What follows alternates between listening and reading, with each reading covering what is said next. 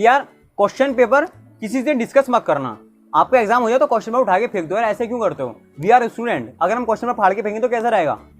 मेरा क्या रहता है, मैं अपनी बात बताता हूँ। सही में देखो, आपको पूरी बात समझनी चाहिए कि कहना क्या चाह रहा है इंसान। सामने वाला जब आप सुनते हो कि क्वेश्चन पेपर किसी डिस्कस नहीं करना है, मैंने ये सुना, मैंने कहा क्यों नहीं करें यहाँ डिस्कस। मैं सुनते क्या है ना कि क्वेश्चन पेपर किसी से डिस्कस नहीं करना। देखो, जो मैं बोलने वाला हूँ बहुत ध्यान से सुनना, और इसी की वजह से मैं कह सकता हूँ कि मेरी एग्जामिनेशन भी हो, इसी की वजह से पास हो फर्स्ट अटेम्प्ट में। सबसे इंपॉर्टेंट पॉइंट है मेरे लिए। देखो क्या कहते हैं कि यार क्वेश्चन पेपर डिस्कस नहीं करना चाहिए, और मैं कहता हूँ डिस्कस करना चाहिए। आप क्या हो गया यार, ऐसे कैसे बोल रहे हो आप कि डिस्कस करें फिर आपने टेंशन ले? नहीं, पूरी बात सुनो। क्वेश्चन पेपर डिस्कस करें, लेकिन किसी दूसरे बंदे से ना करें, अपने आप से डिस्कस करें। मैं आता था, यकीन माने, पहले आने के बाद कुछ नहीं करता था, क्वेश्चन पेपर उठाया अपने आप को चेक करता था मेरा पेपर कैसा गया। अगर मुझे ही नहीं पता होगा मेरा पेपर कैसा गया तो मैं आगे वाले पेपर कैसे करूंगा? ध्यान से सुनना। देखो, एक एक बात में कहने वाला हूँ, एक एक बात वो ध्यान से सुनना। देखो कहते क्या है कि आप क्वेश्चन पेपर आपका हुआ, ठीक है, आप घर पर आए तो उसे उठा के आप फाड़ के फेंक दो, या आप किसी से डिस्कस मत करो, नेक्स्ट पेपर की तैयारी करो। आप नेक्स्ट पेपर की तैयारी आप किस तरीके से करेंगे, ये पूरा का पूरा डिपेंड करता है आपका पहला पेपर कैसा हुआ है। आपको यही नहीं पता होगा कि मेरा पहला पेपर कैसा हुआ है, तो आप आगे की तैयारी कैसे करेंगे? मैं आपको अपनी बताता हूँ एक्सपीरियंस। देखो, मेरा हुआ था एसएससीएम का पेपर, और यकीन मानो मेरा एसएससीएम का पेपर इतना अच्छा नहीं हुआ था। और आपको पता है कि आपको टोटल मार्क्स लाने के लिए एटलीस्ट 40 सब में चाहिए होता है, 50 आपको एग्रेड चाहिए होता है। तो यकीन मानो मुझे ऐसा लगता है कि मेरे 40 ही आ पाएंगे बस, जब जस्ट पास हो पाऊंगा। तो क्या मैं अगला पेपर जो मेरा एबीसीएल का पेपर है, क्या उसमें से 40 का टारगेट करूं कि बस पास हो जाऊं? नहीं ना यार। आप देखो, मेरा एसएससीएम का मान लो मेरा बेकार चला गया, खाली 40 का गया, एंड ईबीसीएल का भी बेकार गया, 40 का गया, और मैंने इन दोनों पेपरों को डिस्कस ही नहीं करा। मुझे पता ही नहीं कि मेरा 40 का आया है कि मेरा 60 का गया है कि मेरे 70 आएंगे, 80 आएंगे, मुझे पता ही नहीं है। आप यकीन करो कि मुझे पता ही नहीं है मेरे शुरू के 2 पेपर कैसे गए हैं, और मैं आगे वाले एफएम और सीएम पेपर हैं उसमें कितने मार्क्स का अटेम्प्ट करूंगा। क्या मैं वहां पे जाकर डिसाइड करूंगा, पहले डिसाइड करना पड़ेगा?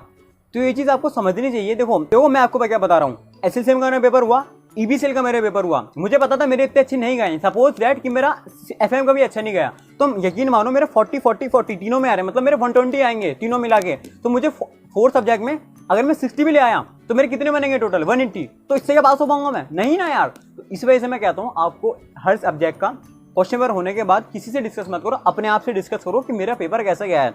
अगर आपके शुरू के पेपर मान लेते हैं एसएससीएम और ईबीसीएल 40 के गए हैं और आपके 40 ही आ रहे हैं, ठीक है, और आपको पता है कि आगे वाले पेपर में एफएमसीएम है, तो कि उसमें आप 40 का टारगेट करोगे? नहीं ना यार, आप उसमें टारगेट करोगे एग्जामिशन का। दोनों सब्जेक्ट में आप एग्जामिशन लाना चाहोगे, तभी आप पास हो पाएंगे। और यही मैंने किया। मुझे पता था मेरा एसएससीएम का इतना अच्छा नहीं गया, मुझे पता था मेरा ईबीसीएल का इतना अच्छा नहीं गया, तो मैंने ईबीसीएल का पेपर देने के बाद घर आते ही डिसाइड कर लिया कि मुझे दोनों आने वाले पेपर में एग्जामिशन चाहिए। अगर एक में मेरे एग्जामिशन नहीं आए तो मैं हो जाऊंगा फेल। तो यही आपको अपने दिमाग में बताना पड़ेगा कि यार तुझे दोनों आगे आने वाले दोनों सब्जेक्ट में चाहिए एग्जामिशन, तो उसी की तरीके से फिर आपको करनी चाहिए तैयारी। यार लोग कहते हैं यार डिस्कस करो क्वेश्चन पेपर, क्यों डिस्कस ना करें? अपने आप से तो डिस्कस करने दो हमें, तभी तो हमें पता चलेगा कि आगे क्या होने वाला है। ये चीज इंपॉर्टेंट है आप लोगों के लिए जानना कि यार किस तरीके के एग्जाम सब आगे अपियर करने वाले हो, डिपेंड करता है कि आपके पेपर कैसे गए हैं।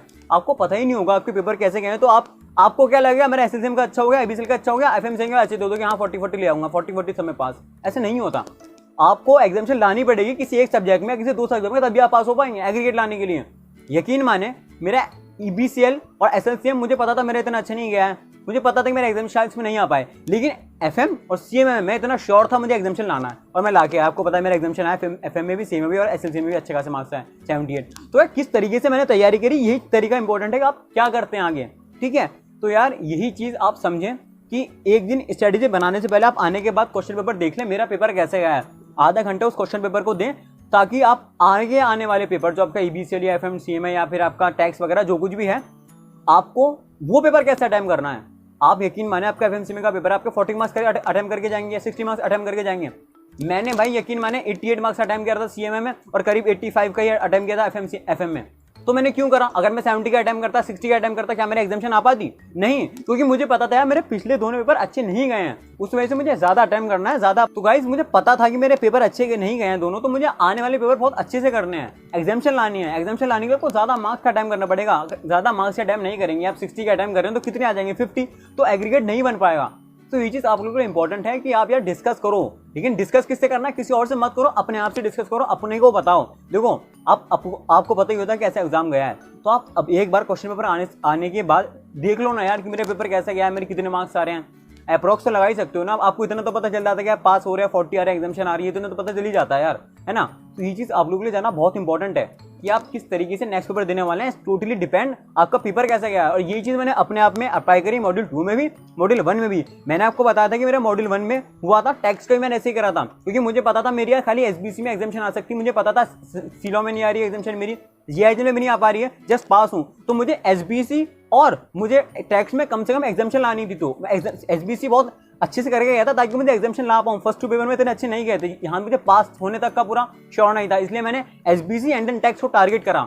तो देखो ये दूसरा पॉइंट बहुत ज्यादा इंपॉर्टेंट है, एग्जाम डेज में ही अप्लाई हो सकता है। तो देखो एक एक चीज को ध्यान से सुनना, फिर एक बार शॉर्ट में बता दे रहा हूँ आपको कि आपका आने वाला पेपर इस बात पे डिपेंड करता है कि आपका पहला पेपर कैसे गया। और आप ये कैसे पता लगाएंगे, अपने आप को बताना पड़ेगा, डिस्कस करना पड़ेगा खुद से, किसी और से नहीं करना है आपको डिस्कस, अपने आप से करना है कि यार मेरा पेपर जीआईएल का, मेरा पेपर सिक्योरिटी लॉ का ऐसा गया है या ईबीसीएल का ऐसा गया, तो मुझे आने वाले ऑब्जेक्टिव पेपर्स में इतना टाइम करना है, एग्जामिनेशन तो लानी ही लानी है, ठीक है। तभी आप आगे अपना पासिंग का देख सकते हैं, ठीक है। जो भी आप एक आध बिगड़ जाता तो आप नेक्स्ट पेपर से उसको एग्रीगेट बनाने के लिए कर सकते हैं तैयारी। तो आपको पता ही नहीं होगा तो कैसे करोगे आप, ठीक है। दूसरा पॉइंट ये है। और लास्ट में एक क्वेश्चन मैं आपसे पूछना चाहूंगा, इसके लिए एक वीडियो पर आ जाएगी। आप ये बताओ कि मेरा एक क्वेश्चन है आप लोगों से कि 5 मिनट पहले एग्जाम से 10 मिनट पहले रिवाइज करना चाहिए नहीं करना चाहिए। तो ये क्वेश्चन है आप लोगों के लिए, मैं अपना पॉइंट ऑफ व्यू रखूंगा इस पे नेक्स्ट वीडियो में। आप अपना पॉइंट ऑफ व्यू बताइएगा कि 5 मिनट पहले 10 मिनट पहले एग्जाम सेंटर पे जाके रिवाइज करना चाहिए नहीं करना चाहिए, क्या फायदे क्या नुकसान, एवरीथिंग आप मुझे बताओ, ठीक है। उसके बाद मैं अपना पॉइंट ऑफ व्यू रखूंगा नेक्स्ट वीडियो में, और आ जाएगी वीडियो बहुत जल्द। सो गाइज मस्त तरीके से पढ़ते रहो, गजब तरीके से पढ़ते रहो, and if you like the video hit the like button, subscribe the channel, and last you know very well share as much as you can. मिलते हैं नेक्स्ट वीडियो में, मस्त तरीके से पढ़ते रहो, गजब तरीके से पढ़ते रहो guys. Best of luck for your examination, you are gonna crack this examination with flying colours. गजब तरीके से पढ़ते रहो गाइज, बेस्ट ऑफ लक।